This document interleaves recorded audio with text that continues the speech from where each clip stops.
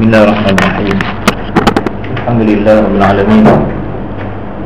Wassalatu wassalamu ala sayyidina Muhammadin wa ala alihi wa sahbihi ajma'in. Allahumma ighfir lana dhunubana wa liwalidina wa limasyayikhina wa li jami'il muslimina wal muslimat bi rahmatika ya arhamar rahimin. Allahumma faqihna fid din wa'allimna at-ta'wil wahdina ila siratikal mustaqim. Allahumma faqihna wa faqih ahlana wa awladana. Allahumma inna nas'aluka ilman nafi'an wa rizqan thayyiban wa 'amalan mutaqabbalan. Allahumma faqihna wa faqih ahlana wa awladana. Allahumma inna nas'aluka ilman nafi'an wa rizqan thayyiban wa 'amalan mutaqabbalan. Wa la hawla wa la quwwata illa billah al-'aliyyil 'azim al-'azizil hakim. Wa ba'du. Tuan hadirin rahimahullah, InsyaAllah kita sambung lagi. Kita masih lagi dalam bincangan pembacaan bahagian awal dalam Muqaddimah Majmu' yang beritahukan dan berbincangkan tentang Imam Syafi'i rahimahullah. Nah, hari ini kalau yang dengan nuskah cetakan yang dengan tuan-tuan ni muka surat 22. Walaupun kalau ni saya bagi satu kita guna dulu masa bawa tu kan. Kita berhenti hari tu, kita dah baca sikit tentang Imam Syafi'i rahimahullah. Dan macam mana pesanan Imam Malik ada Imam Syafi'i supaya Imam Syafi'i tinggalkan maksiat, elakkan berbuat maksiat, sebab dah nampak dah pada awal bakat dan ketokohan untuk jadi orang alim. Muka surat 22. Qala al-Imam An-Nawawi rahimahullah ta'ala wa nafa'ana bihi wa bi 'ulumihi wa 'ulumi masyayikhina fid dharain amin. Qala washtuhira min husni siratihi wa hamlin nasi 'ala sunnah wa tara'iqil jamilati asya'un kathiratun ma'rufah. Dia kata washtuhira min siratihi wa husni siratihi, telah terkenal lah. Ishtihara itu telah terkenal daripada husni siratihi, cantiknya perjalanan hidup Imam Syafi'i ini. Wa hamlihin nasa 'ala sunnah, juga usaha Imam Syafi'i untuk membawa manusia untuk mengikut sunnah Rasulullah. Hamlihin nasa 'ala sunnah wa tara'iqil jamilah, dan juga membimbing orang ke arah jalan-jalan yang baik ini. Asya'un kathiratun ma'rufah, banyaklah asya' itu, banyak perkara yang kathir, banyak yang ma'rufah, yang diketahui ramai.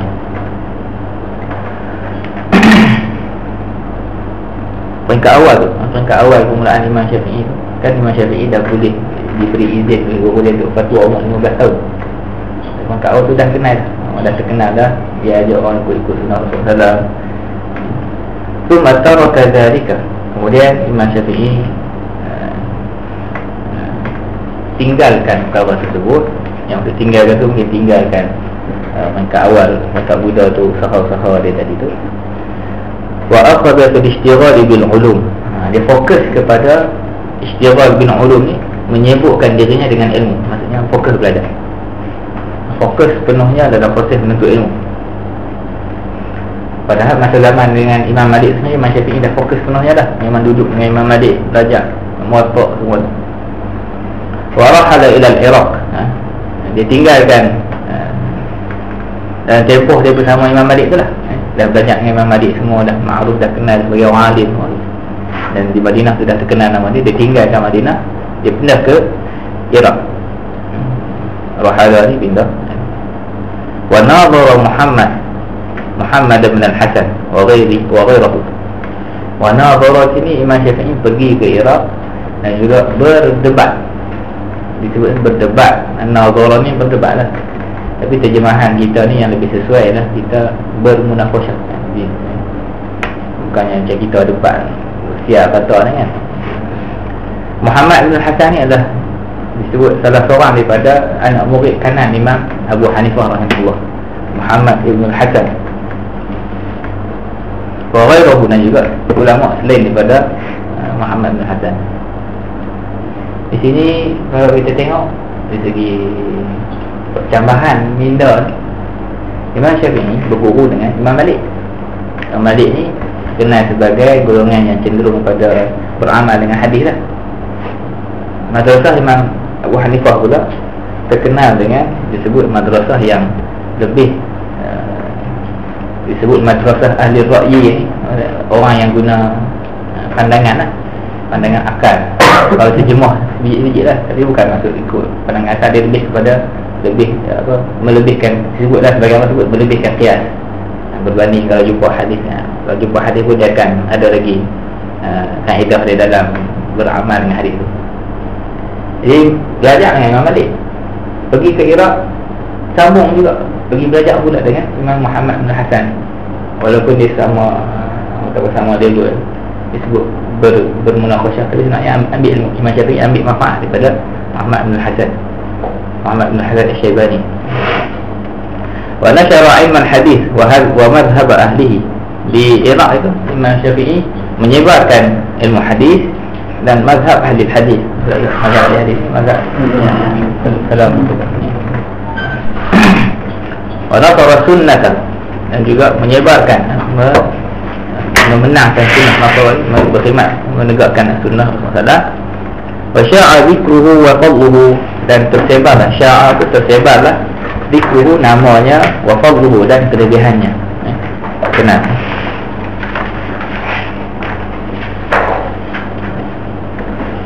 Kalau tengok satu di sini apa fakta yang menarik, nak beritahu macam mana keserasian antara ulama-ulama kilang aliran pemikiran yang dekat aliran fiqh ni.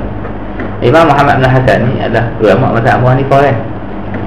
Dia sebut Imam Abu Hanifah tu nombor satu. Dia tepi dia dua orang, kiri kanan tu sahibah ada dua orang pelajar utama Imam Abu Hanifah, yang mana ijtihad dia pun akan dinisbahkan kepada mazhab Syafi'i, mazhab Hanafi ni. Imam Muhammad bin Hasan, Muhammad bin Hasan Al-Syaibani, tiga seorang. Allahu Akbar, mana tak terlintas nama. Tapi Imam Muhammad bin Hasan juga adalah periwayat kitab Muwatta. Dia salah seorang yang meriwayatkan kitab Muwatta. Kalau kita jumpa kitab Muwatta ni, ada cetakan untuk nuskah tu, satu nuskah menurut jalan riwayat Imam Muhammad bin Hasan. Tak ada kata aku nak murid Imam Hanifah, aku tak mau riwayat kitab dari Imam Malik tak. Tamu. Wa talaba minhu Abdul Rahman bin Mahdi. Abdul Rahman bin Mahdi ni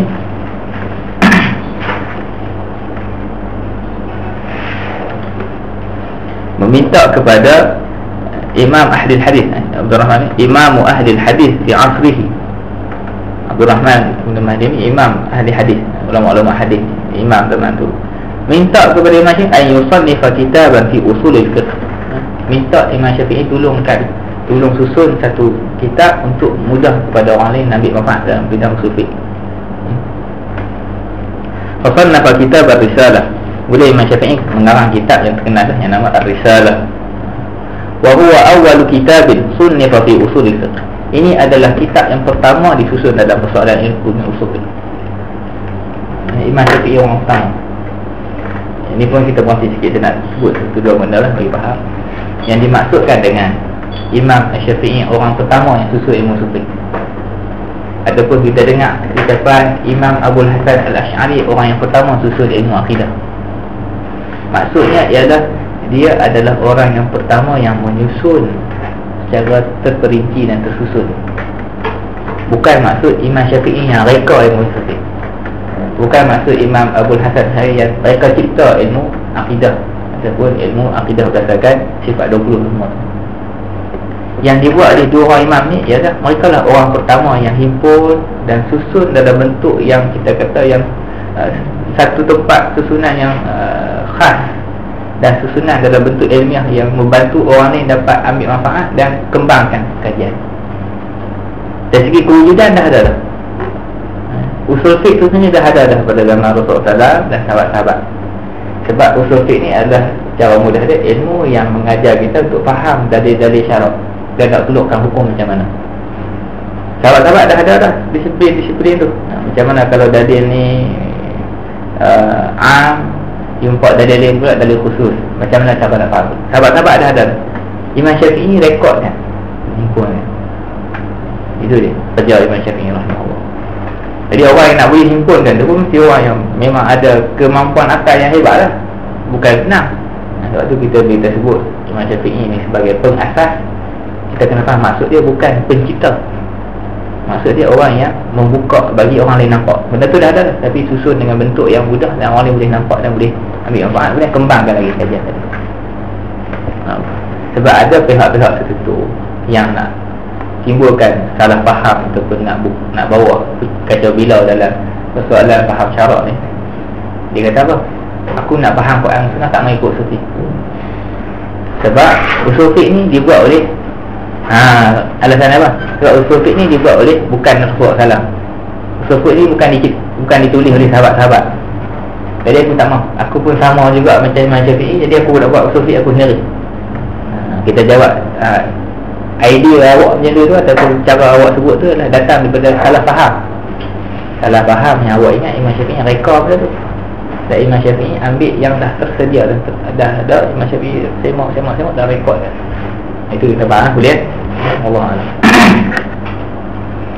Wa sannafa kitab ar-risalah wa huwa awwalu kitabin sunnifa fi usul fiqh. Kitab risalah adalah kitab yang pertama sekali disusun dalam soalan usul fiqh.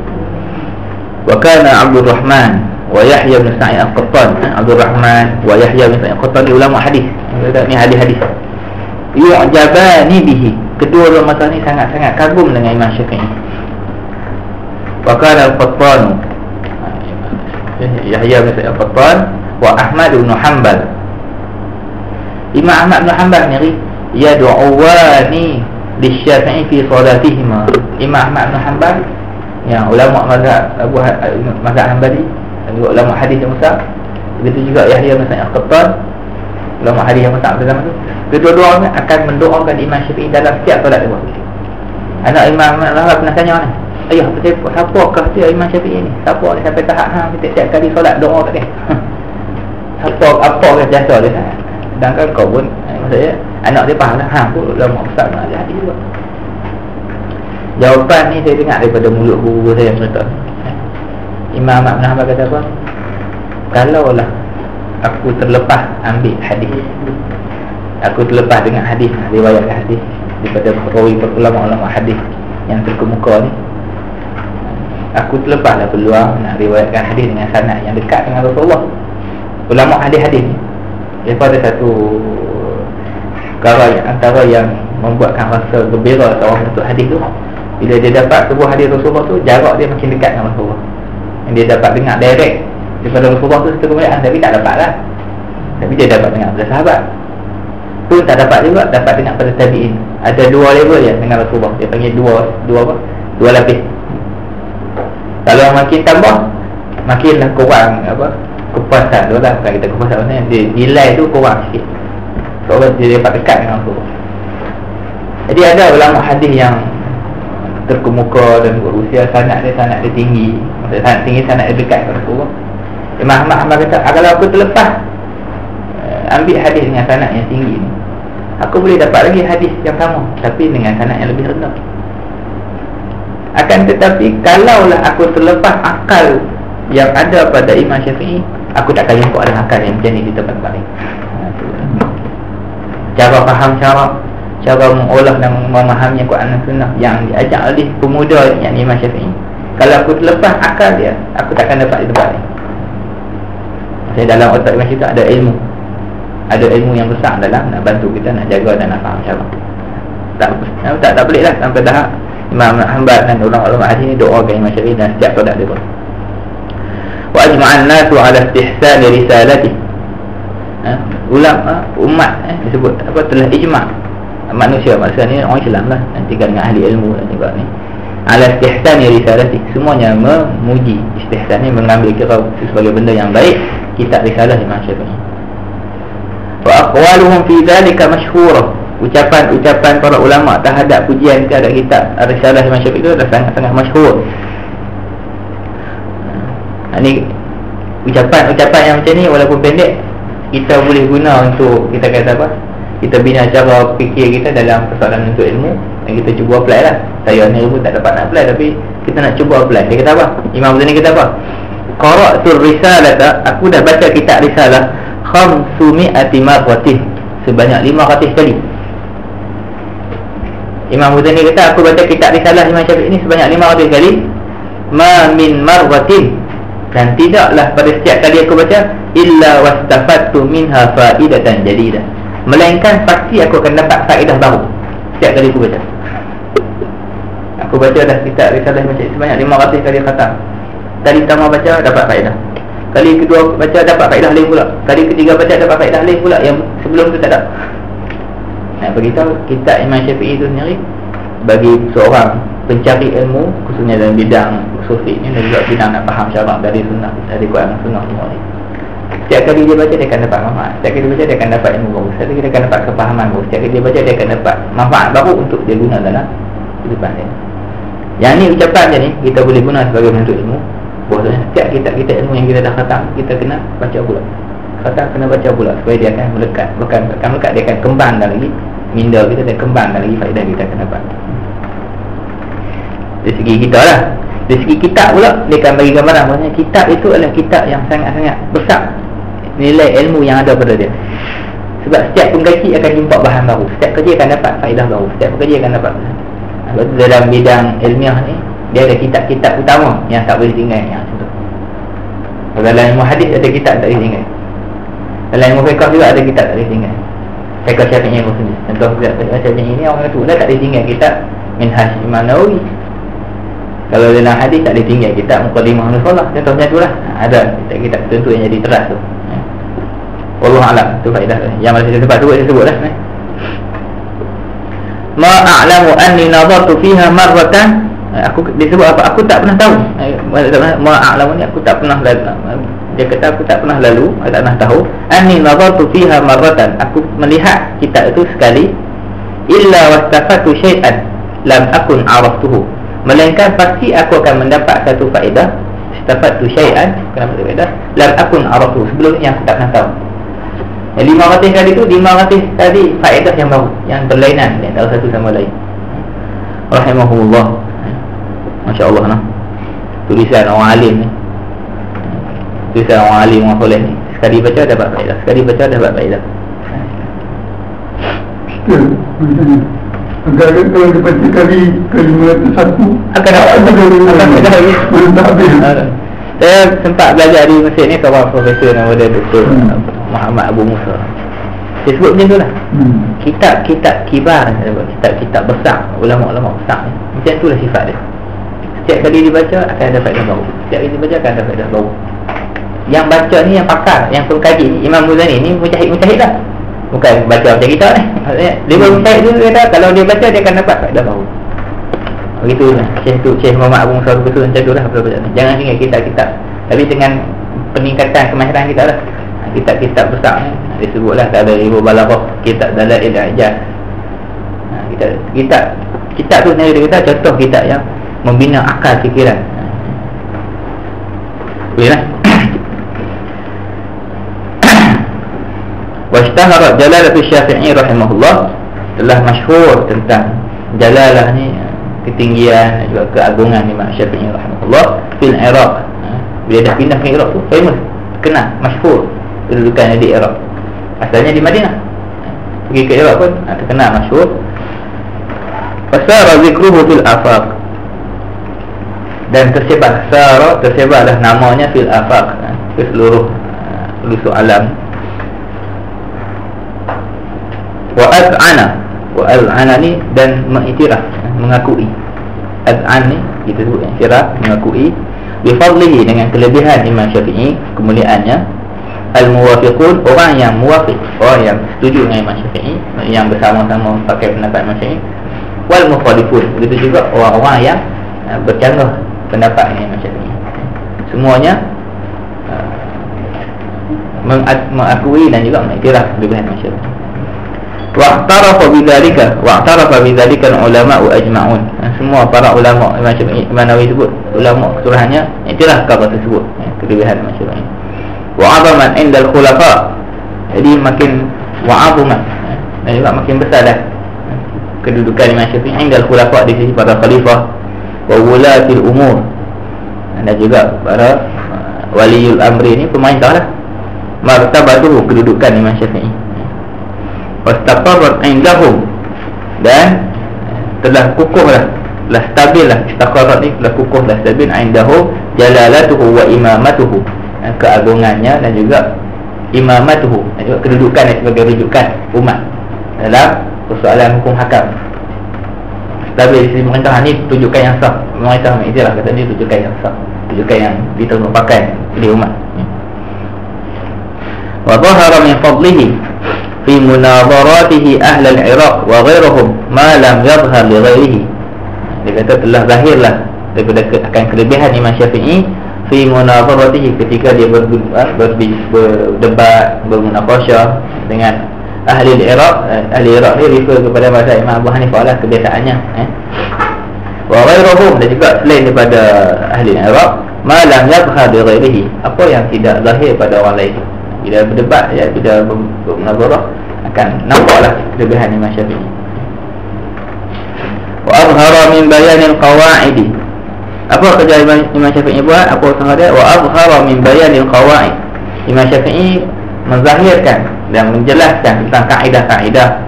Qawaid-qawaid ini qawaid fiqh lah, asas-asas dalam memahami hukum syarak ni. Wa muhimmatil usul, dan juga perkara-perkara penting dalam soalan usul fiqh. Ma la yu'rafu li siwa, apa yang tidak pernah disebut oleh orang sebelumnya. Tak pernah, perkara yang ada tapi orang ni tak nampak, tak perasan. Imam Syafi'i yang dapat nampak dan dapat terangkan kepada orang. Itu yang dimaksudkan dengan kaedah-kaedah dan usul-usul dalam memahami syarak ni. Wa tuhina fi mawatina bima la yuhsa min al-masail. Dia telah diuji, Imam Syafi'i telah diuji, disemak. Orang kata buat ujian lah, test dia, imtuhina dia fi mawaqif, banyak-banyak tempat, bima la yuhsa min al-masail, dengan masalah-masalah perbahasan-perbahasan yang tidak terkira lah. Macam pernah dengar kan kisah Imam Bukhari diuji tu kan. Dia masuk ke tempat tu, orang tak percaya, kata ni betul ke hafal hadis kan. Masyhur kisah Imam Bukhari tu. Jadi ulama-ulama hadis di tempat tu putar tukar sana, tukar matan semua 100 hadis. Seorang buat 10 ulama hadis di tempat tu kan. Saya tak ingat nama negeri je tu. Seorang buat 10 hadis yang dia ubah. Maitan kawan ni baca satu hadis, mau kata lah aku tak tahu. Hadis kedua aku tak tahu. Hadis ketiga aku tak tahu. Tak macam tu, orang awam ni tak tahu apa-apa, pakat bangun. Ingat kau orang alim kata hebat sangat. Ni semua sebut hadis ni tak tahu, hadis ni tak tahu, hadis ni tak tahu. Tapi tutup guru orang alim hadis pakai tunggu. Sebab apa? Bila dia sebut tak tahu, betul lah hadis ni sebab kita dah buat macam-macam ni. Bila sampai habis, orang awam ni pakat maki aman, sia-sia buang masa kami lah. Yang tokoh-tokoh dulu. Apa yang Imam Bukhari buat? Yang hebatnya tu bukan boleh sebut yang betul. Imam Bukhari sebut dulu, hadis yang pertama yang kamu baca ni begini, satu tu dia sebut yang salah, yang betulnya begini. Disebut pula yang kedua, yang salah disebut tu dalam spontan. Jadi semua orang pakai iktiraf. Itu kata ujian yang dilakukan ataupun dilalui oleh ulama-ulama terdahulu lah dalam persoalan nak semak dan nak test keilmuan ni. Fakala jawabuhu fiha min as-sawab was-sadad bil mahall al-a'la. Dia diuji dengan persoalan-persoalan tu, maka jawapan yang diberikan oleh jawabuhu fiha tu fil masail min as-sawab, dari segi ketepatannya tu, was-sadad. Sawab ni tepat, betul, as-sadad ni tepat. As-sawab ni betul, as-sadad ni tepat bil mahall al-a'la, pada kedudukan yang sangat tinggi lah. Wal maqamil asma. Maqamil asma wa mahallil a'la tu makna dia sama. Yang kedua ni mana kedudukan yang tinggi. Wa aqafa alaihi, duduk berteleku depan Imam Syafi'i, lil istifadah minhu, untuk mengambil faedah daripadanya, as-sighar wal kibar. Sama ada orang kecil, ada orang besar. Sama ada besar dari segi umur, ataupun kecil dari segi umur ataupun besar dari segi kedudukan ilmu. Wal a'immatu wal akhyar, para imam, ulama-ulama ni, wal akhyar begitu juga orang-orang soleh, min ahli hadis, daripada ahli hadis, wal fiqhi, sama ada ahli fiqh, wa ghairihi, semua lapangan ilmu datang mengambil faedah daripada Imam Syafi'i rahimahullah. Macam-macam jurusan orang ni pakat datang belakang ambil manfaat dari Imam Syafi'i. Wa raja'a katsirun minhum an madhahib kanu 'alaiha ila madhhabi. Bila semua datang mengaji Imam Syafi'i, semuanya asalnya berpegang dengan mazhab-mazhab tertentu, tinggal mazhab yang lama, pindah ikut mazhab Imam Syafi'i. Itu maksud raja'a tu patah balik. Raja'a katsirun minhum, ramai di kalangan mereka, an mazahib kanu 'alaiha, daripada mazhab-mazhab yang sebelumnya mereka berpegang dengan mazhab itu, ila mazhabi, kepada mazhab Imam Syafi'i. Nak bayang persoalan mazhab ni, kita boleh buat bandingan sikit lah. Dalam beberapa isu biasa pun, contoh kita ada pandangan kita, dan ada benda-benda yang cara kita faham tadi terhadap permasalahan tadi, ada cara kita faham dan ada isi yang kita faham, kan? Kemudian datang orang yang buat penjelasan, terangkan balik isu yang sama tapi dengan pendapat yang berbeza, dan dia terang pula jalan macam mana boleh dapat pendapat tadi. Kemudian kita rasa apa? Kita puas hati dengan penjelasan tadi, dan juga jalan macam mana dapat sampai pada pendapat tadi. Dalam situasi biasa pun kita juga boleh berlaku, kita berpegang dengan tu pendapat, tapi bila datang orang yang boleh terangkan, yang boleh huraikan dengan cara yang lain, menyebabkan kita berpindah pada pendapat itu tadi. Biasa tu. Begitu jugalah. Cumanya beza yang boleh sebut mazhab ni, dia pindah daripada 100 masalah fiqh tu, terus pindah pada 100 masalah fiqh pandangan yang sebab oleh Imam Syafi'i. Sebab dia pindah mazhab terus, dia pindah semua sekali. Wa taraka wa raja'a katsirun minhum an madhahib kanu 'alaiha ila madhhabi wa tamassaku bi tariqatihi, dan mereka berpegang teguh dengan jalan Imam Syafi'i. Ka Abi Thawr, Imam Abi Thawr. Imam Abi Thawr ni asalnya dia mujtahid mutlak, memang dia ada mazhab dia. Wa khalaiq katsirun la yuhsaw. Begitulah, wa khalaiq ni, khalaiq ni sejumlah besar di kalangan manusia, la yuhsaw, tidak dapat dikira, tak dikira. Wa taraka katsirun minhum al-akhdha an syuyukhihim. Dahsyat ni ayatnya, dahsyat.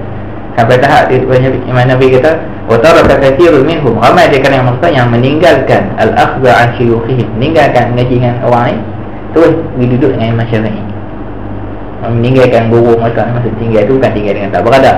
Dia dah selesai mengaji dengan tokoh-tokoh di tempat tu, dia tengok Imam Syafi'i ada, dan bila dia mengaji Imam Syafi'i, dia rasa dapat manfaat, dia fokus pada Imam Syafi'i.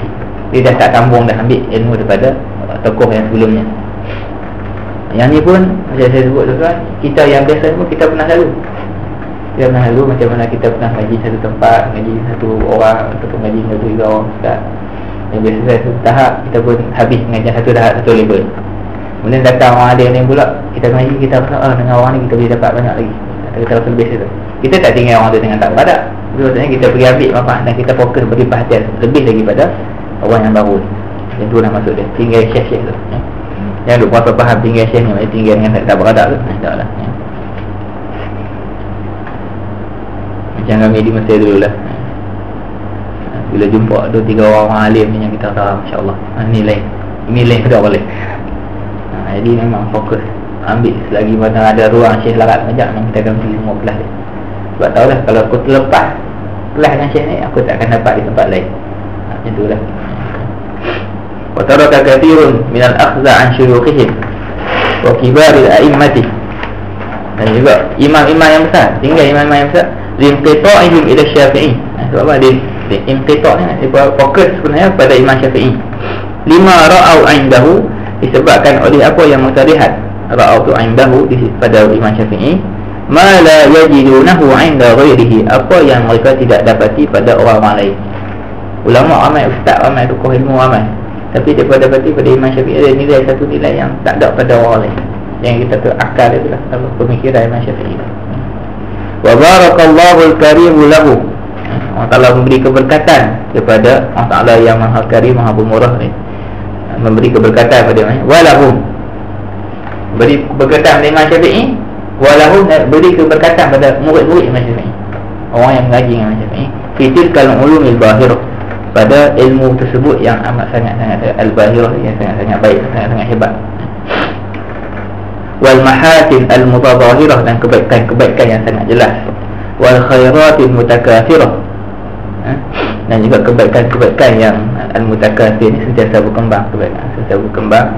Walillahil hamdi, walillahil hamdu ala zalik, segala puji bagi Allah di atas segala nikmat tadi. Wa ala sa'iri ni'amihi allati la tuhsa, dan juga ke atas segala nikmat-nikmat Allah yang tidak terkira. Nak cerita macam mana Imam Syafi'i itu perjalanan dia daripada mengaji, kemudian pergi kembangkan lagi, berbincang dengan orang ni sampai dah terkenal kehebatan dia. Orang pun berkata menguji dengan dia, ambil emas, semuanya dapat keberkatan. Orang kita pun dapatlah tumpang keberkatan, insyaAllah. Dalam sufi karang risalah, wasannafa fil Iraq, ketika berada di Iraq, Imam Syafi'i karang Kitabahu al-Qadim, Kitabahu al-Qadim, kitabnya yang lama. Maksud kitab yang lama ni Imam Syafi'i, ini maklumat umum lah, semua tahu Imam Syafi'i ada apa, kita kata mazhab yang lama dengan pendapat yang baru. Mazhab yang lama ni dinisbahkan pendapat-pendapat dan ijtihad-ijtihad Imam Syafi'i yang dikeluarkan ketika di Iraq.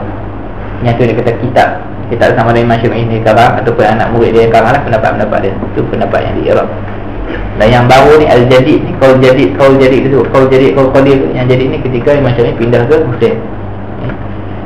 Kitab yang di Iraq tu namanya Al-Hujjah, dikenal sebagai kitab Al-Hujjah, namanya kitab Hujjah. Wa yarwihi anhu arba'atun, anak murid Imam Syafi'i di Iraq riwayatkan pendapat-pendapat yang qadim ni, kitab Al-Hujjah tu, 4 orang tonggak yang meriwayatkan, menyebarkan pendapat kitab ni. Wahum Ahmad bin Hanbal, Imam Ahmad bin Hanbal sendiri yang riwayatkan kitab Al-Hujjah, wa Abu Thawr, Imam Abu Thawr, wa Za'farani, wal Karabisi. Empat tu ulama mujtahid. Mujtahid belakang.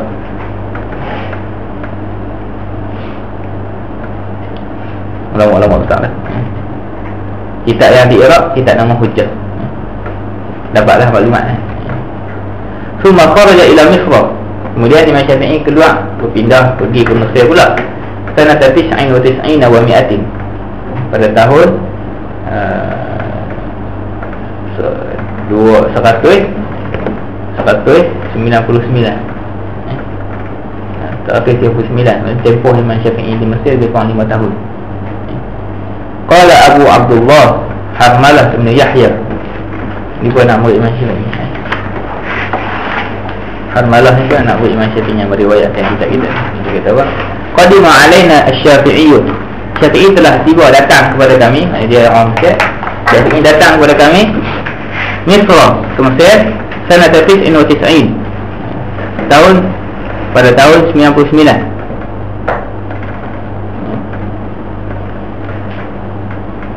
Masa tahun 99 tu bukan tahun 99, disebut tahun 199 lah. Macam kita kira tahun lah. Kita tak sebut 2007. Kita tak sebut apa, dululah start 2000 ni kita tak sebut, tapi masa 99 tu 1999 kita tak sebut 1999, kita sebut 99, tahun 98, tahun 96. Fahamlah 99 98 tu kena tengok dia ucap tu tahun bila, kurun ke bawah, jadi pada kurun tu. Kita pun untuk faham baca macam ni, tahun 99 kita pun cakaplah Imam Syafi'i datang ke Mesir tahun 99. Saya tengok orang cakap tu hidup kurun ke bawah, dia hidup ke 100 tahun yang kedua tu, dia maksud 199. Ni banyak. Ni pun ada tempat-tempat yang disebut oleh guru-guru lah dalam mengaji ni. Itu kaedah kena faham tu. Wa qala Rabi' sanata 200. Imam Rabi' pula kata tahun 200. Pendapat itu kata sampai tahun 200. Wala'an lahu, Imam Syafi'i, Imam Nawawi sebut, Imam Rabi' kata Imam Syafi'i tiba ke Mesir tahun 200 Hijrah. Imam Hanmalah kata sampai ke Mesir tahun 199 Hijrah. Mana satu ni? Imam Nawawi nak tunjuk kaedah dia, cara nak fahami pendapat ni.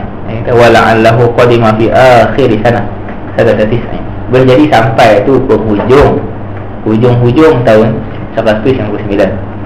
Jam'an baina riwayatain, untuk apa kita menghimpunkan dua riwayat yang seakan bercanggah ni. Jadi sampai di hujung tahun 99 dan di awal tahun 200 lah. Wa sannafa kitabahu al-jadidata kullaha bi Misr. Imam Syafi'i karang kitab yang baru semuanya di Mesir. Wasara zikruhu fil buldan, tersebarlah namanya dalam negeri-negeri, dalam banyak negeri-negeri Islam. Wa qafadahu an-nasu, datang kepada Imam Syafi'i, mendatangi Imam Syafi'i awam nak kaji ni, an-nasu minasyam, manusia-manusia daripada Syam, wal Iraq, wal Yaman, wasairan nawahi, dan juga seluruh tempat lah daripada sekitar sudut, lil akhdhi anhu, untuk perkataan al-akhdhi anhu ni mengambil ilmu darinya, untuk ambil ilmu dari Imam Syafi'i. Wa sama'i kutubihi al-jadidah, dan untuk mendengar kitabnya yang baru, dekat ijazah Imam Syafi'i yang baru. Wa akhdhiha anhu, dan juga mengambil lah, nak ambil ilmu daripada Imam Syafi'i, nak ambil mazhab Imam Syafi'i ini, pendapat Imam Syafi'i.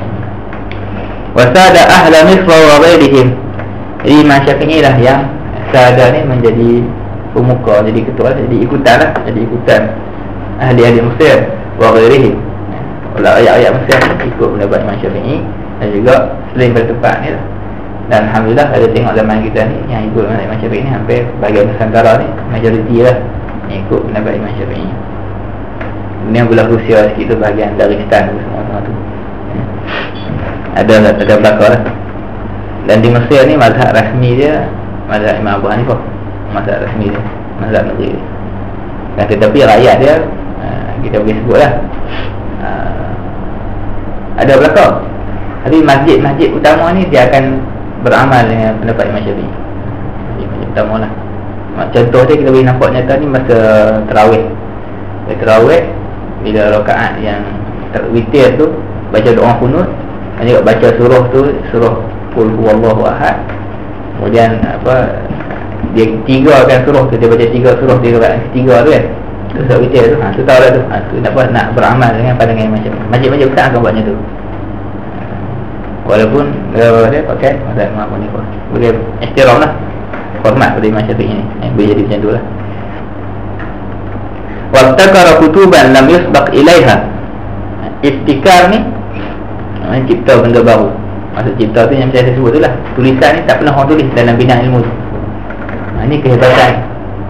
Macam mana ulama Islam ni boleh berkembang maju, sebab ada otak yang akan sentiasa berkembang, menulis dapatan-dapatan baru ilmiah, kajian baru dalam bidang ilmiah, yang mana semua tu dah bersandar dan juga nak berkhidmat kepada Quran dan Sunnah. Imam Syafi'i lah antara orang yang mencipta iftikar ni, buat benda yang baru. Kutuban lam yusbaq ilaiha, yang tidak pernah dikarang oleh orang sebelumnya. Minha usul fiqh, kitab usul fiqh. Wa minha kitabul qasamah. Kitab qasamah ni adalah kitab cerita tentang sumpah dalam kes pembunuhan orang kampung dekat-dekat ni. Saya boleh sebut terangkasnya tu lah. Ada kes pembunuhan, ahli kampung ni dibunuh di tempat, dibunuh di kampung sebelah contoh dia, tapi tak jumpa siapa pembunuh. Jadi cara dia, Imam Syafi'i sebut lah, kaedah dia hukum macam mana nak bagi selesai masalah tu, seluruh kampung tu kena sumpah. Tu nama dia macam tu lah. Saya boleh sebut dekat tu sebab saya pun tak pernah baca secara mendalam bab ni, bab khatamah ni, bab dia pun bab sumpah yang mensabitkan kesalahan dan mensabitkan siapa yang bebas, siapa yang salah tu. Itu dalam bab qada lah, dalam bab bab kehakiman ni. Imam Syafi'i antara orang yang pertama yang tulis bab tu. Wa kitabul jizyah, kitab tentang hukum jizyah. Wa kitabul ahli al-baghi, dan juga hukum Imam Syafi'i lah yang keluarkan ijtihad dalam masalah macam mana nak berhadapan dengan pemberontak yang menderhaka ni. Kita ahli buruh ni adalah pemberontak lah dalam negara umat Islam. Wa ghairiha, dan bab-bab lain. Mustahil lah. Waqala Imam Abu Husain Muhammad ibn Abdullah bin Ja'far al-Razi fi kitabih Manaqib al-Syafi'i, seorang ulama juga yang karang tentang biografi Imam Syafi'i. Qala sami'tu Abu Amri, aku mendengar ucapan Abu Amri Ahmad ibn Ali bin Hasan al-Basri. Qala sami'tu Muhammad ibn Hamdan ibn Sufyan at-Taraifi al-Baghdadi yaqulu khatabtu Rabi' bin Sulaiman, yang nama Ahmad Ibn Abu Hamdan bin Sufyan at-Taraifi al-Baghdadi ini kata apa? Aku hadir berjumpa dengan Rabi' bin Sulaiman yauman, pada satu hari. Waqad hatta ala babi darihi 700 rahilah fi sama'i kutub Syafi'i. Masa aku sampai ke rumah Rabi' tadi, di depan pintu rumah dia inda bab, di hadapan bab rumah, pintu rumah dia, ada sebanyak 700 kenderaan. Ada 700 unta ke 700 kuda lah lebih kurangnya, yang dah parking lah. Sebab apa? Sebab nak main mengaji kita Imam Syafi'i. Ramai tu terayang mengaji dengan Imam Rabi'. Imam Rabi' ni anak murid Imam Syafi'i lah. Yang hadir ke rumah Imam Rabi' tu sendiri, dia kata sebanyak 700 orang lah. Dia tak sebut 700 orang, dia sebut 700 kenderaan. Kenderaan ni maksudnya boleh jadi lebih daripada 700 orang lah. Sebab mungkin satu unta, satu kuda tu boleh naik 2 orang. Rahimahullah wa radiyallahu anhu. Allah Ta'ala bagi terlalu. Yang kita baca ni, kita menyebut tentang kelebihan-kelebihan Imam Syafi'i lah, yang direkodkan, ada rekod sejarah. Tak apa, kita baca lagi. Ada satu bab lagi yang kata Imam Syafi'i, kemudian bab yang berkaitan dengan apa, Imam Syafi'i. Tengoklah, kita baca lah, tak apa ya, jalan pelan-pelan lah. Faslun fi talkhisi jumlatin min hali Syafi'i radhiyallahu anhu. Fasal pada menerangkan cara ringkas, talkhis ni menerangkan cara ringkas jumlatin min hali Syafi'i. Beberapa jumlah kita beberapa lah, beberapa min hali Syafi'i, tentang akhlak-akhlak dan hal ni biasanya kita guna tentang hati dan jiwa, kebersihan hati dan juga kebersihan jiwa Imam Syafi'i lah, tapi dia merujuk kepada akhlak. Radhiyallahu anhu. Semoga Allah beri keridaan kepada Imam Syafi'i. I'lam, ketahuilah oleh kamu semua, annahu kana min anwa'il mahasin. Annahu ni anna Imam Syafi'i lah, annahu dia ni kana min anwa'il mahasin, dia kukuh pada dirinya anwa'il mahasin, kebaikan-kebaikan yang pelbagai, bil maqamil a'la, dan kebaikan itu berada pada tahap yang tertinggi lah, wal mahallil asna, dan kedudukan yang mulia, pada tempat yang mulia. Asna tu mulia lah. Lima jama'ahu Allahul Karim lahu min khairat. Sebab apa? Sebab Allah Ta'ala menghimpunkan kepada Imam Syafi'i itu kebaikan-kebaikan yang banyak. Wa waffaqa lahu min jami'is sifat. Allah Ta'ala beri taufik kepada Imam Syafi'i dengan sifat-sifat yang mulia. Wa sahhalahu alaihi min anwa'il makrumat. Allah Ta'ala permudahkan bagi Imam Syafi'i untuk memiliki kemuliaan-kemuliaan yang banyak. Contohnya, saya kata apa? Famin dzalika, antaranya syarafun nasabit tahir. Yang pertama, nasab Imam Syafi'i, keturunan dia keturunan yang mulia. Wal unsurul bahir, syarafun nasabit tahir wal unsurul bahir. Dan juga unsur tu kita kata keturunan lah, sebab keturunan ni keturunan yang mulia. Wa ijtima'uhu huwa, berhimpunnya Imam Syafi'i wa Rasulullah sallallahu alaihi nasab. Itu kelebihan yang dia cukup kelebihan. Nasab Imam Syafi'i ini sambung, berhimpun dengan Rasulullah sallallahu alaihi wasallam. Wa dzalika ghayatul fadli wa nihayatul hasbi. Imam Nawawi kata yang tu pun dah cukup dah. Ghayatul fadli, itulah semulia-mulia, setinggi-tinggi, kemuncak kepada kemuliaan, wa nihayatul hasbi, dan juga penghujung pada apa kita kata kehebatan dan keungan al-hasab ni, kemuliaan lah. Wa min dzalika, antara yang keduanya, syaraful maulid wal mansyab, kemuliaan tempat dilahirkan dan kemuliaan tempat dibesarkan. Dia dilahirkan, Imam Syafi'i dilahirkan di Palestin dan dibesarkan di Mekah dan Madinah. Fa innahu wulida bil ardil muqaddasah. Imam Syafi'i dilahirkan di tanah yang Baitul Maqdis lah, ardul muqaddasah ni, tanah yang suci ni. Wa nasha'a bi Makkah, dan membesar di Mekah. Wa min dzalika, antaranya lagi, annahu jaa ba'da an muhidat al-kutub wa sunnifat. Kelebihan yang kedua, seterusnya Imam Nawawi sebut, Imam Syafi'i ini datang selepas daripada an muhidat al-kutub wa sunnifat. Zaman Imam Syafi'i itu dah ada dah ulama-ulama dah start karang kitab-kitab ilmu ni. Imam Malik dah start karang kitab hadis Muwatta.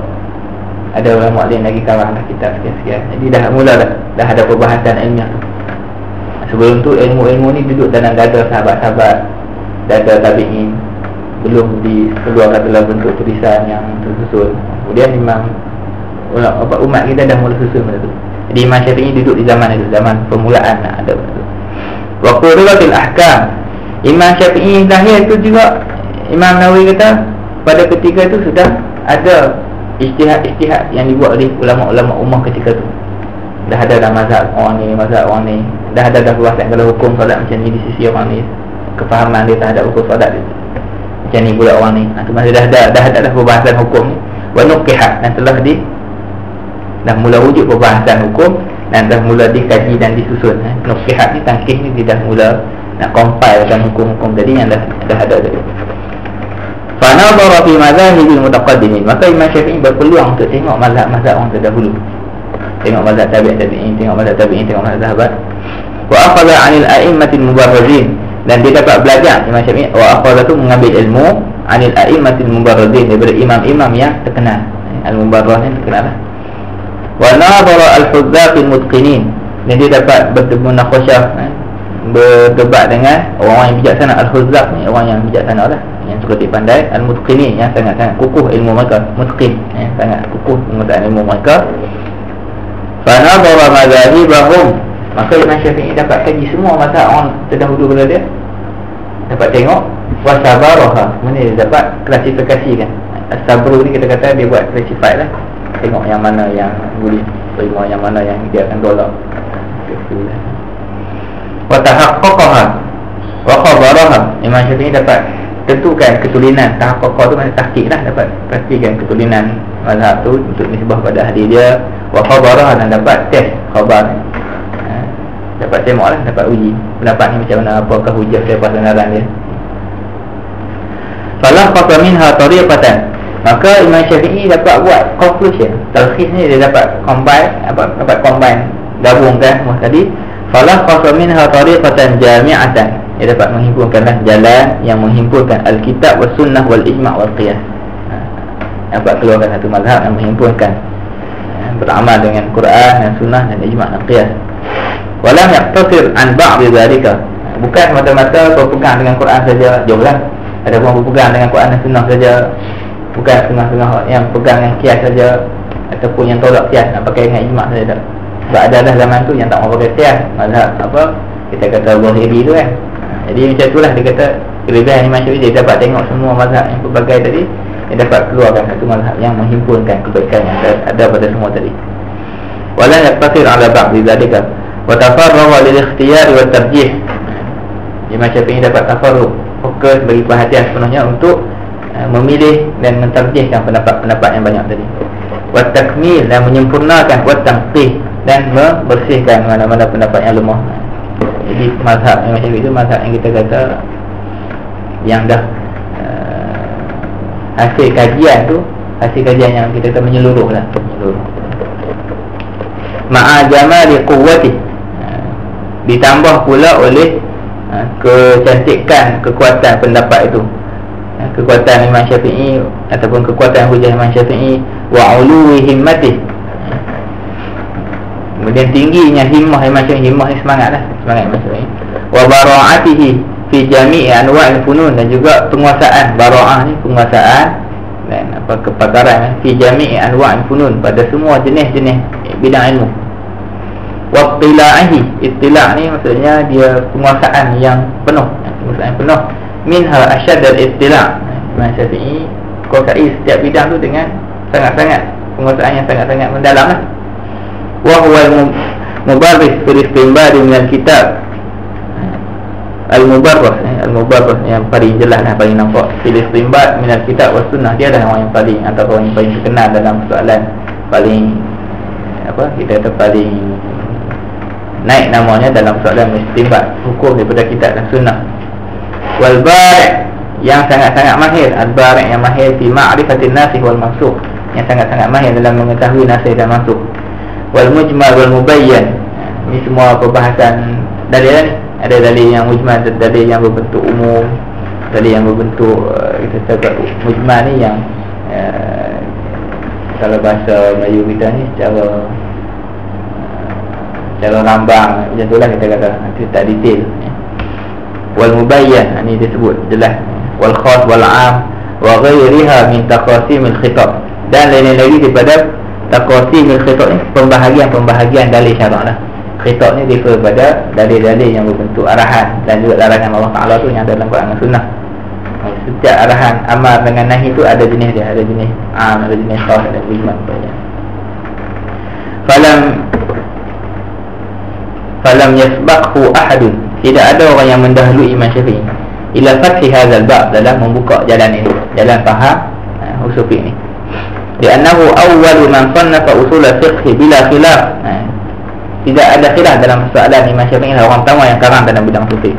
Wala tiyab, dan juga tidak ada keraguan dalam persoalan ini. Wa huwa alladhi la yusawi, dia juga lah orang yang tidak ada orang boleh menyamainya. Bal la yudani, bukan sekadar tak sama, tak dapat nak dekat. Al-musawi tu, musawah ni sama. Yang kata bal la yudani tu tidak dapat nak rapat pun tak boleh. Kalau kata sikit-sikit pun tak boleh, bukan sekadar sama, nak pergi dekat-dekat pun tak boleh. Fi ma'rifati kitabillah, dalam mengetahui kitab Allah Quran, wa sunnati Rasul sallallahu, wa raddi ba'dihha ila ba'dih. Pertama kenal Quran dan kenal sunnah. Yang keduanya yang perkataan raddi ba'dihha ila ba'd ni, kita nak mengharmonikan kefahaman yang ada dalam sunnah dan juga yang ada dalam Quran. Tak semua orang yang ada kemampuan. Ini kelebihan yang ada pada Imam Syafi'i. Ulama-ulama hadis sebut apa? Kalaulah tidak ada Imam Syafi'i sebagai ulama hadis sebut, maka kami akan sesat. Ulama hadis sebut, kalau tidak ada akal dan juga ilmu yang dibagi oleh Imam Syafi'i ini, kami akan jadi sesat. Sebab apa? Sebab kalau masuk sesat tu, sesat jumpa hadis ni kata macam ni, saya jumpa hadis ni kata macam ni pula, saya jumpa hadis kata macam ni, saya kata hadis kata, jadi tak tahu yang ni. Jadi nampak seakan-akan bercanggah. Datang Imam Syafi'i, kami dapat ubat dia. Sebab Imam Syafi'i sebut ni ayat hadis Rasulullah ni sebut situasi yang begini, cara kefahaman dia macam ni, tak bercanggah dengan yang ni. Sebab apa? Yang ni ada sudut kefahaman dia. Itu Imam Syafi'i ajak untuk menghimpunkan, raddi ba'dihha ila ba'd, kembalikan antara satu sama itu untuk bagi nampak sekata dan juga nampak apa, kita kata ada sinkronis tu, dia masuk semua sekali. Bukan macam sebagian orang, dia kira nak, bila jumpa satu hadis ni, dia kata hadis ni sahih dah dia buang habis hadis-hadis lain. Itu tak kena. Bukan kaedah kita adalah berhadapan dengan sumber Al-Quran dan Sunnah. Selagi mana semua tu ada kelayakan untuk diterima pakai, masih lagi dalam kategori hadis hasan, kita akan ambil manfaat daripada semua hadis tu. Dia tak akan buang senang-senang. Wa huwa al-imam al-hujjah fi lughatil Arab. Dalam bab usul fiqh dah kira dah. Dalam bab bahasa Arab juga Imam Syafi'i sebut al-imam al-hujjah. Hujjah ni akan jadi rujukan dalam soalan bahasa Arab. Wa nahwihim, dan juga soalan nahwu mereka lah. Faqad istabala fil arabiyyah, dia telah istabala tu menggelumangkan diri dia lah, menyebutkan dirinya Imam Syafi'i fil arabiyyah, dalam soalan bahasa Arab 20 sanatan, selama 20 tahun. Ma'a balaghatihi, tambah dengan balaghah lagi, wa fasahatihi, dan juga soalan fasahah bahasa Arab ni. Fasihnya Imam Syafi'i ni duduk di dalam pedalaman, duduk dalam kampung-kampung Arab. Ma'a annahu arabiyyul lisan, dan keadaan Imam Syafi'i ni dia memang asal daripada Arab, lidahnya Arab, wadar, dan duduk negeri dia negeri Arab, wal'af, dan zaman tu zaman Arab. Sebab ulama-ulama yang selain daripada itu, contohnya Imam Bukhari bukan asal orang Arab kan. Contohnya tu, dia kata semua orang alim, tapi nak bagi kita kelebihan Imam Syafi'i penguasaan dalam bahasa Arab tu, kelebihan dia tambah dia sendiri mahir bahasa Arab, duduk negeri Arab, dan zaman tu zaman orang cakap dengan bahasa Arab. Sebab lepas tu zaman khalifah seterusnya, kalau kita tengok berubah bahasa. Contohlah dia sebut Turki kan, kerana Turki sama ni walaupun bahasa Arab tu bahasa Arab, tapi usaha untuk menaikkan bahasa Turki tu wujud. Sebelum tu zaman Imam Ghazali tu ada bahasa Parsi tepat. Jadi itu yang kita harap. Apa Imam Nawawi sebut lidahnya Arab, negerinya Arab, dan zamannya zaman Arab. Maksud zaman tu dia ada bahasa yang akan jadi bahasa utama tu. Zaman ni juga zaman yang masih lagi bahasa utama dia, bahasa ilmunya bahasa Arab. Wa biha yu'rafu al-kitab wa sunnah, dengan bahasa Arab lah akan dipahami kitab dan sunnah. Ni penting ni, ni muhim lah tuan-tuan buat. Kita untuk ilmu yang ilmu syarak ni faham lah dalam bahasa Arab. Wa huwa alladhi qallala al-minan al-jasimah jami'a ahli al-athar. Imam Syafi'i lah yang qallada tu letak kalung ni bagi hadiah al-minan al-jasimah, yang memberikan pemberian yang besar, jami'a ahli al-athar, kepada semua ahli-ahli hadis. Yang meriwayat perawi-perawi hadis tu dapat manfaat yang besar daripada disebabkan oleh Imam Syafi'i lah. Wa hamalat al-ahadith, dan juga perawi hamalah ni pembawa-pembawa hadis, perawi-perawi hadis. Wa naqalat al-akhbar, dan juga orang yang menyebarkan Nakal ni yang menakalkan riwayat-riwayat. Apa pertimbangan Imam Syafi'i pada golongan ahli hadis ni? Dia sebut bitauqifi iyyahum ala ma'ani sunan wa tanbihim. Imam Syafi'i lah yang menerangkan makna-makna yang ada dalam hadis. Wa tauqifi, tauqif tu tunjuk, bagi tahu. Sebut terjemah tauqif tu kita sebut bagi tahu lah. Dia ada makna yang mendalam lagi. Saya tunjuk terjemah mudah dia. Imam Syafi'i lah yang tunjuk, yang letak tunjuk kepada mereka iyyahum, kepada mereka ala ma'ani sunani wa tanbihihim, tentang makna-makna yang ada dalam hadis-hadis dan beri peringatan, tanbih. Okey, ini makna yang begini, ini makna yang begini. Wa qasfihi bil haqq ala batil mufarifi sunan wa tabwihihim. Imam Syafi'i jugalah orang yang qasfi ni kita ada tembak lah, ataupun panah, bagi panah ni bil haqq, dengan kebenaran di atas kebatilan orang yang menolak sunnah. Contoh macam zaman kita ni, kita nak sebut masuk qadfi bil haq ni, ada orang bawa pandangan mengarut. Siapa yang buat kerja untuk terangkan balik dan patahkan hujah pihak yang mengarut tadi? Kita orang tu lah orang yang kita kata bahasa, dia lah yang tembak dan dia lah yang patahkan hujah-hujah mereka ni. Wa tamwihihim, dan juga menunjukkan kebatilan. Tamwihnya menzahirkan kebatilan sesuatu pendapat orang yang menolak sunnah ni lah. Fana'ashahum ba'da an kanu khamilin.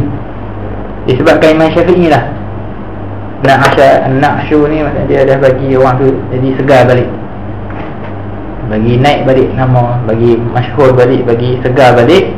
Ba'da an kanu khamilin, selepas daripada ahli hadis ni dah hampir-hampir khamil, akan hampir-hampir ditinggalkan orang, tak terdengar, tersembunyi lah. Malu nak ngaku kita ni ahli hadis, malu nak ngaku kita ikut sunnah Rasulullah. Sebab apa? Sebab zaman tu timbul pendapat-pendapat yang palsu, pendapat-pendapat yang pelik-pelik. Dan orang kan, saya sendiri pernah lalu zaman asal lah pengalaman kita. Satu tahap orang malu nak ngaku aku mazhab Syafi'i, aku mazhab Hanafi, aku mazhab apa. Sebab orang ada timbul sebab kata ni bermazhab-mazhab ni batil, elok kita ikut Quran sunnah saja. Contoh pandangan yang kata ikut Quran dan sunnah secara direct tu tak jadi masyhur lah. Menyebabkan kita rasa macam faham situasi tu. Tapi bila datang orang alim yang dapat terangkan balik kebatilan pendapat yang kata nak ikut Quran sunnah saja, tak mau ikut mazhab ni, ikut Quran sunnah saja, menyebabkan lama-lama orang mula, oh alhamdulillah aku berada pada jalan yang ilmu yang betul dan bertepatan. Dah rasa tak rasa dah nak sembunyikan diri, tak ada benda tu. Sebab jasa orang alim yang terangkan tu balik lah. Betul jugalah usaha yang dibuat oleh Imam Syafi'i rahimahullah. Wa zaharat kalimatuhum, maka zahirlah, tersebarlah, nyatalah ucapan kalimatuhum, pendapat ada jami'il mukhalifin, di atas semua orang yang mengingkari mazhab ini. Dah pendapat mereka dah jadi kuat lah, pendapat mereka dah jadi tersebar balik berbanding pendapat orang yang menolak beramal dengan hadis ni. Wa damaruhum biwadihatil barahin. Imam Syafi'i kita kata samalah makna dia, menenggelamkan mereka juga biwadihatil barahin, kalahkan mereka dengan hujah-hujah yang jelas, bukti. Hatta zalat a'naquhum laha khadi'in, sampai tahap tunduk mereka semua kepada Imam Syafi'i, tunduk semua kepada hujah-hujah yang dibuat oleh Imam Syafi'i. Kita terjemah rangkaian-rangkaian itulah. Qala Muhammad bin Hasan rahimahullah, Imam Muhammad bin Hasan rahimahullah sebut, in takallam ashabul hadis yawman, in takallam ashabul hadis yawman ma, sekiranya ada ulama hadis yang bercakap pada apa-apa hari sekalipun, yawman ma, pada masa-masa bila sekalipun, fa bi lisan Syafi'i, maka dia akan bercakap dengan lidah Imam Syafi'i. Sampai tak macam tu. Mainlah ulama hadis mana pun, kalau dia syarahkan, dia terangkan mana hadis, semuanya akan bercakap dengan lidah Imam Syafi'i. Maksudnya semua akan bercakap dengan ilmu yang dibawa oleh Imam Syafi'i. Semuanya ambil kefahaman tu datang dari Imam Syafi'i. Cara nak faham hadis, cara nak faham Quran sunnah. Sebab macam tu pujian. Yakni lima wadaha min kutubihi. Sebab apa? Sebab Imam Syafi'i yang letak kitab-kitab dia tu, kitab-kitab cara nak faham Quran sunnah. Wa qala al-Hasan Muhammad al-Za'farani, kana ashabul hadis ruqulan. Pada peringkat awal zaman-zaman lepas sahabat zaman tabi'in ni, ulama-ulama hadis ni semuanya rukuk. Rukuk ni ayat tu kalau tak jalan itu rukuk lah. Ataupun tidur. Warqat ni tidur. Dan ni rukuk, bukan rukuk kaf tu, qaf tidur. Fa ayqadhum, Imam Syafi'i yang bangun sama mereka. Fa ayqadhum asy-Syafi'i, Imam Syafi'i yang bangun kan. Fatayaqadhu, semuanya bangun. Sedang balik. Sebab dapat fahaman yang betul. Qala Ahmad bin Hanbal rahimahullah, ma ahadun massa bi yadihi mahbaratan wala qalaman, tidak ada seorang pun, ma ahadun, tidak ada seorang pun, massa bi yadihi, yang menyentuh dengan tangannya mahbarah, dakwat, wala qalaman, tidak juga lah menyentuh pen, illa wali Syafi'i fi raqabatihi minnah, melainkan pada leher dia ada sumbangan Imam Syafi'i. Dakwat dengan pen tu isyarat pada ilmu. Maksudnya Imam Ahmad kata tidaklah keluar ahli ilmu yang ada pada zaman kita ni, zaman seterusnya, yang menjadi ahli ilmu, yang bawa ilmu Quran Sunnah pada masyarakat ni, tidaklah seorang pun yang pegang dakwat dan pegang pen, melainkan pada lehernya ada sumbangan Imam Syafi'i. Tuan-tuan boleh faham lah yang saya nak sebut. Saya keluar daripada kitab menyentuh ni, yang apa dah mula sebab tu baca tadi.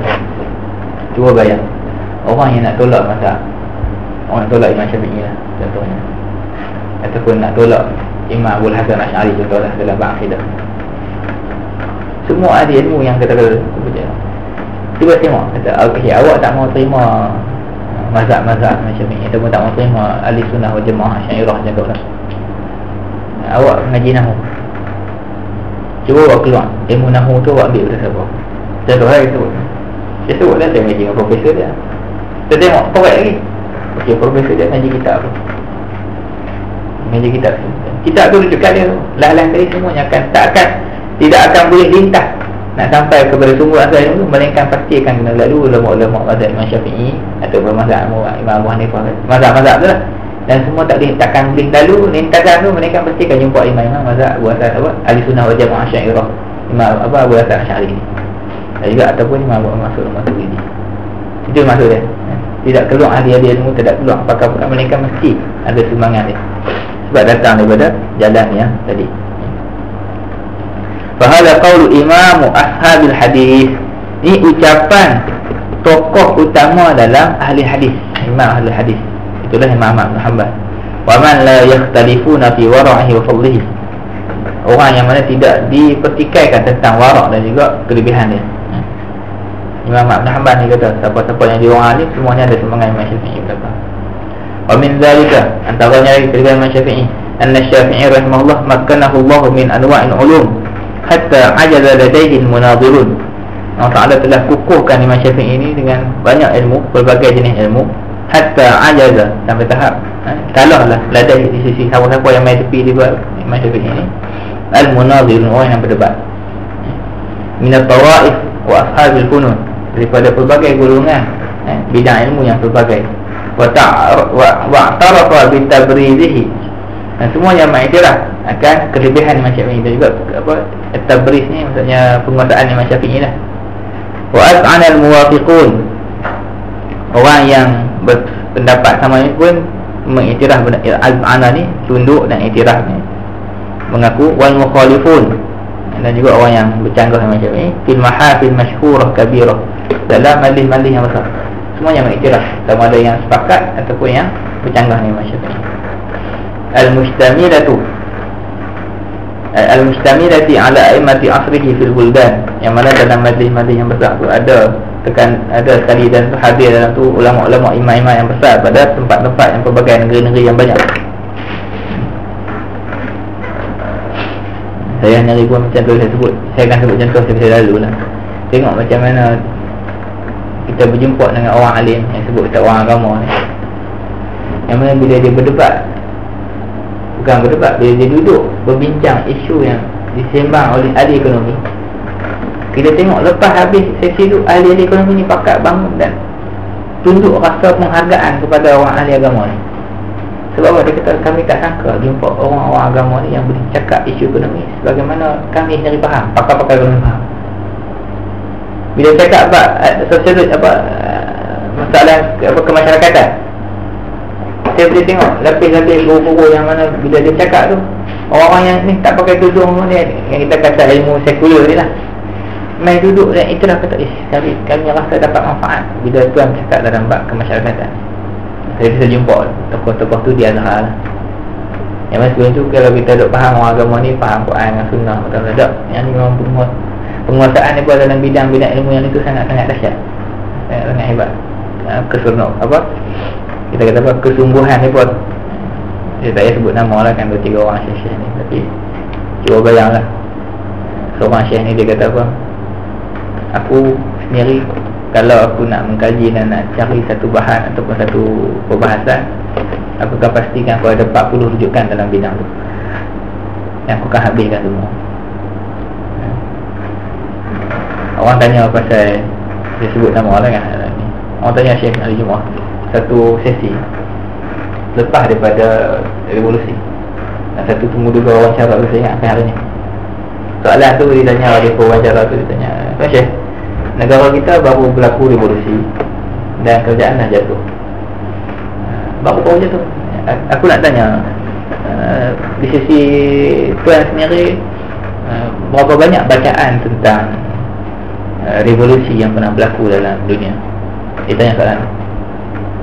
Saya ada ingat bila orang tanya soalan, Syekh ni mufti kan, mestilah tanya kalau kitab hadis dah berapa, kitab tafsir dah berapa. Dia tanya bahan bacaan tuan tentang sejarah revolusi dan berlaku dalam dunia ni sepanjang ni, berapa bahan bacaan? Masa jawapan tu saya kata memang terkena terus, terkena petuk kepala ni. Dia kata apa, buku bacaan yang berkaitan dengan revolusi saja ada dalam pustakaan aku sebanyak 40 lebih, dan aku dah baca semua sekali. Dia sebut satu demi satu, revolusi yang berlaku di Rusia begini, tahun sekian-sekian, revolusi Bolshevik semua dia sebut lah. Kemudian revolusi yang berlaku di Cuba, kita tengok dia sebut revolusi berlaku di Cuba terus. Mana pernah dengar ada Cuba pernah berlaku revolusi? Dia sebut berlaku tahun sekian-sekian, punca sekian-sekian. Dia sebut ke kawan tu, kawan tu pun sebut je, kita lupa. Maksudnya dia bukan sebut jumlah buku, tapi dia boleh sebut kandungan-kandungan tu.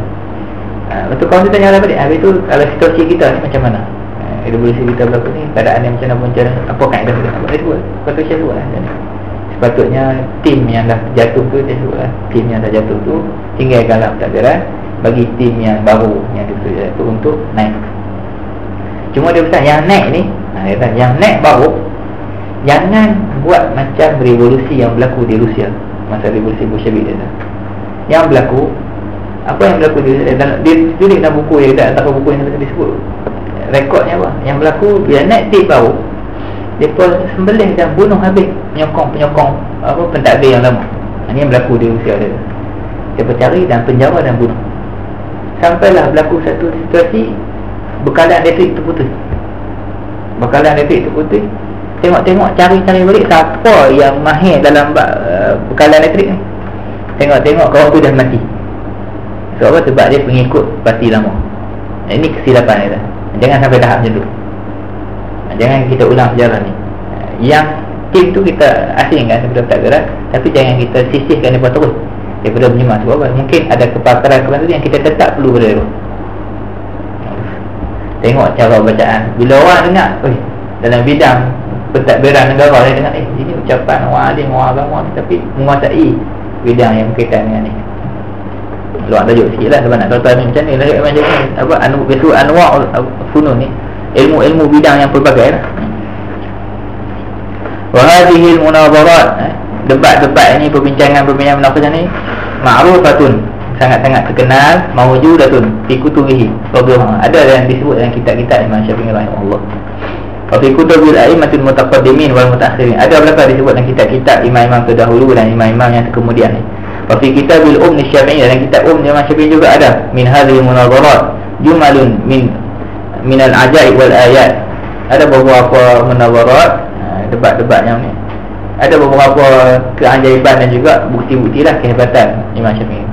Wal nafaisil jalilat, an-nafais ni faedah-faedah yang besar, wal qawaidil mustafadat, dan kaedah-kaedah ilmu yang kita boleh ambil dalam tu. Wa kam min munadharatin wa qa'idatin fihi yaqta'u kullu man waqafa 'alaiha wa ansafa wa sadaqa annahu lam yusbaq ilaiha. Kita wa kam min munadharah, berapa banyak munadharah, debat-debat ni, wa qa'idah, dan juga kaedah-kaedah ilmu fihi, dalam kitab tersebut, yaqta'u kullu man waqafa 'alaiha, orang yang tengok dan baca kitab al-um dan baca bahagian ni, kemudian dia ada sifat insaf, dan ada sifat wasat, dan ada sifat benar, orang tu akan mengaku annahu lam yusbaq ilaiha. Kaedah-kaedah tadi dan juga debat-debat ilmu tadi tu tidak ada disebut oleh orang sebelum Imam Syafi'i. Wa min dzalika annahu tafaddara fi 'asri al-a'immatil mubarrazin. Antara kelebihan Imam Syafi'i lagi fi 'asri al-a'immatil mubarrazin lil ifta'i wa tadris.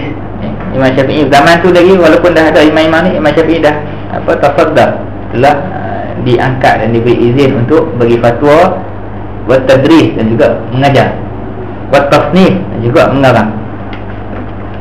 Ini saya nak sebut satu lah. Ini faedah tambahan lah. Masa duk rasa lagi, saya akan buat kaedah untuk bagi berjalan sikit kelas kita ni.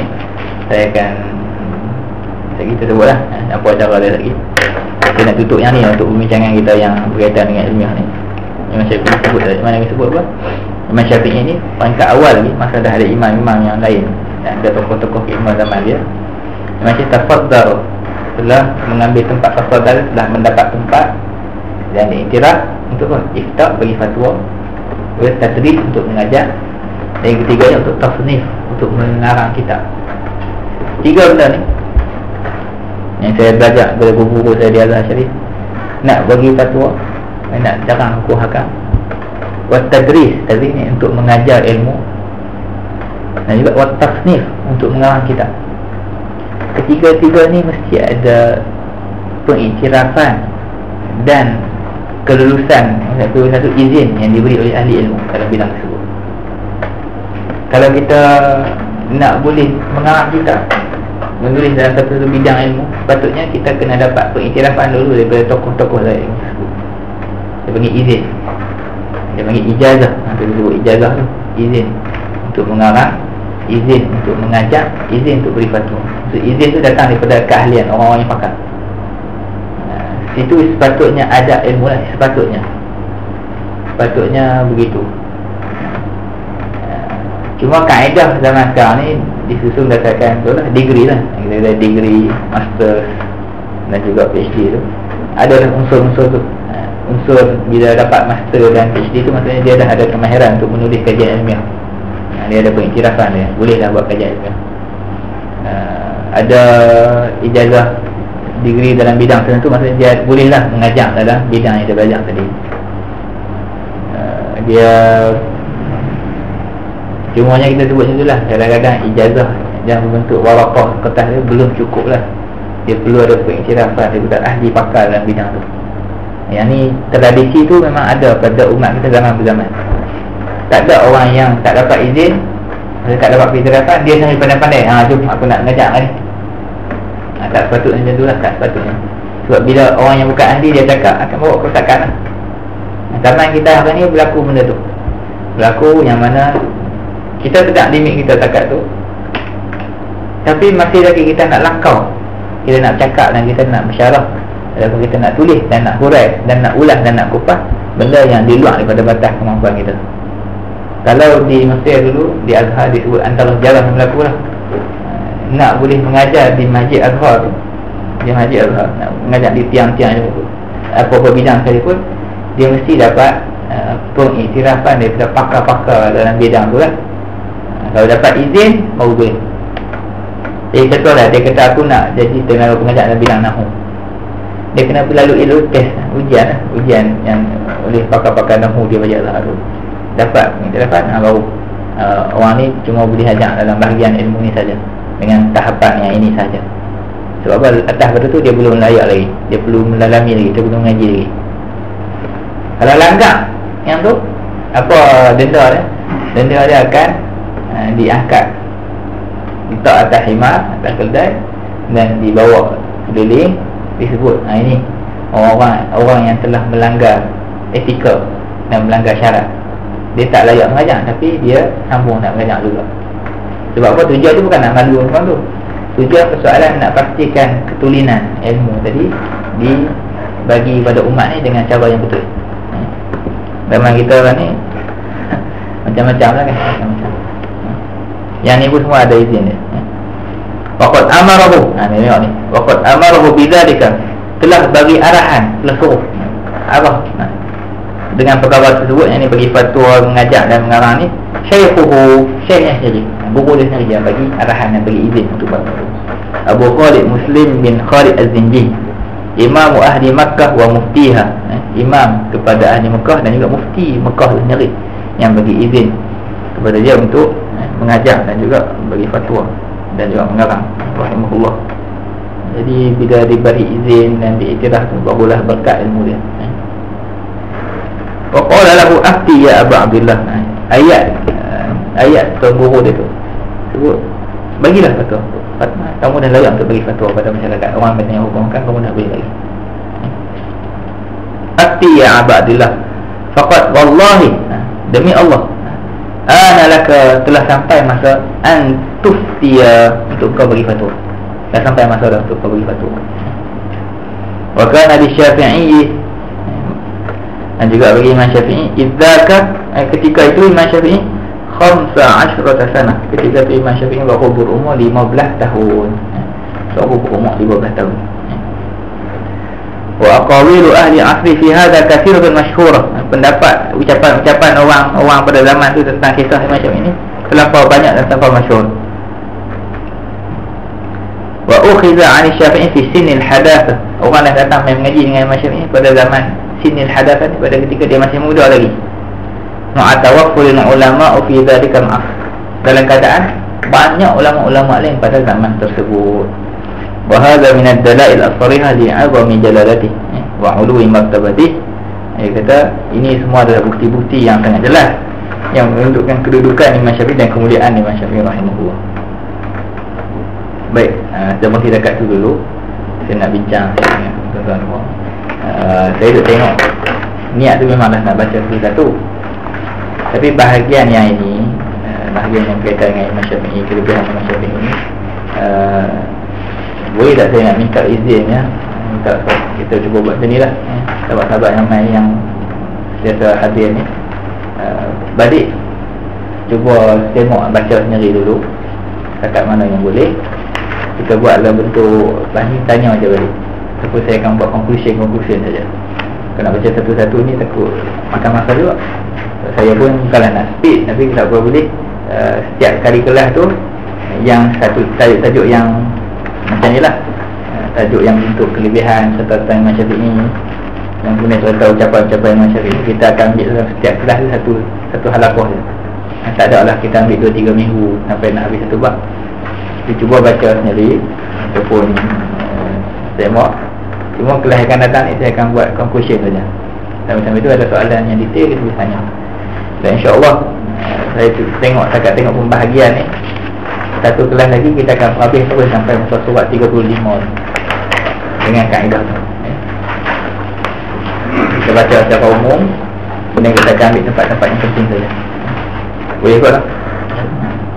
Sebab dia masih lagi berkaitan dengan kelebihan Imam Syafi'i, kisah-kisah Imam Syafi'i sedikit banyak. Yang kemudian muka surat 32 sampai 30 tu kata-kata hikmah Imam Syafi'i. Kata-kata hikmah Imam Syafi'i.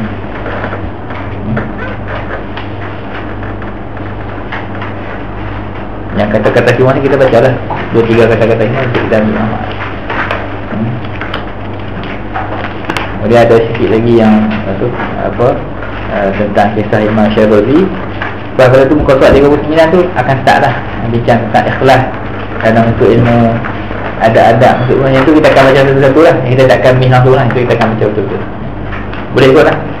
Sebab saya tengok ni kaedah kita cubalah bagi tak ada lah slow sangat dan tak ada lah kita miss benda-benda yang penting. Allahu'alam. Sama lah. Sangkat kelas kali 2 ni dia banyak yang kita nak baca waktu tu ya. Nanti kita akan sampai 4. Allahu'alam. Ada perbahasan tak? Ada soalan yang tanya apa kah? Bincang apa kah? Yang berkaitan dengan tak berkaitan pun ada kat yang berkaitan. Ada apa?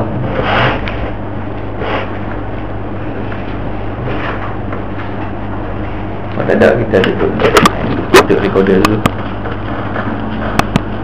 Tak ada.